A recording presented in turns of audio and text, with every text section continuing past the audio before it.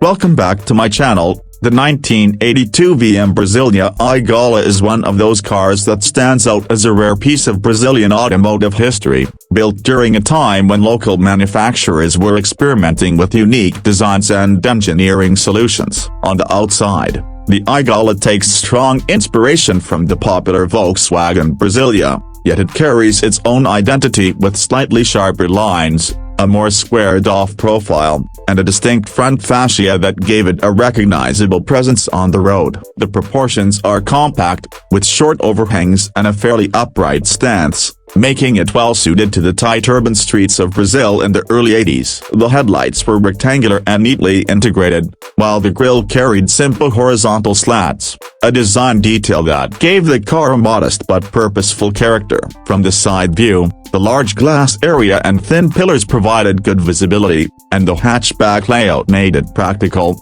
appealing to families and younger buyers alike. At the rear, the taillights were wide and rectangular, with a straightforward design that reflected the simplicity of the car. Stepping inside, the Igala presented a cabin that was basic but functional. The dashboard was simple, built with durability in mind rather than luxury. Hard plastics dominated the interior, but the layout was clear, with easy-to-read gauges and logically placed controls. The seating offered reasonable comfort for the era, with supportive cushioning and enough room for 4 passengers. The hatchback configuration meant that luggage space was practical, and folding the rear seats expanded capacity, which made it versatile for both daily commutes and longer trips. Ventilation controls and a basic radio were often the highlight of the equipment list, though the simplicity aligned well with the car's purpose as an affordable and reliable family vehicle.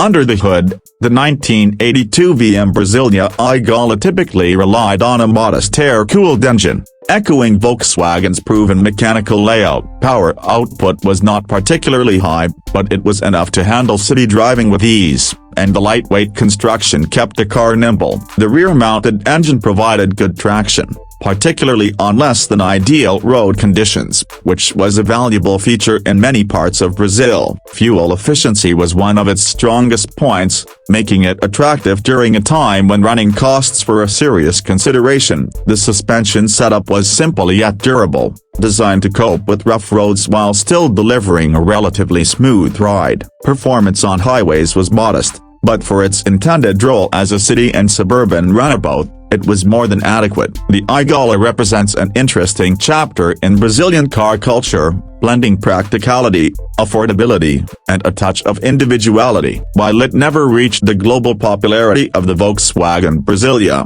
it carved out a niche as a dependable option for local buyers who wanted something familiar yet slightly different. Today, surviving examples of the 1982 VW Brasilia Igala are rare, making it a fascinating collectible for enthusiasts of obscure automotive history. Its combination of simple styling, functional interior, and modest but dependable performance ensures it remains a small but memorable piece of Brazil's automotive landscape.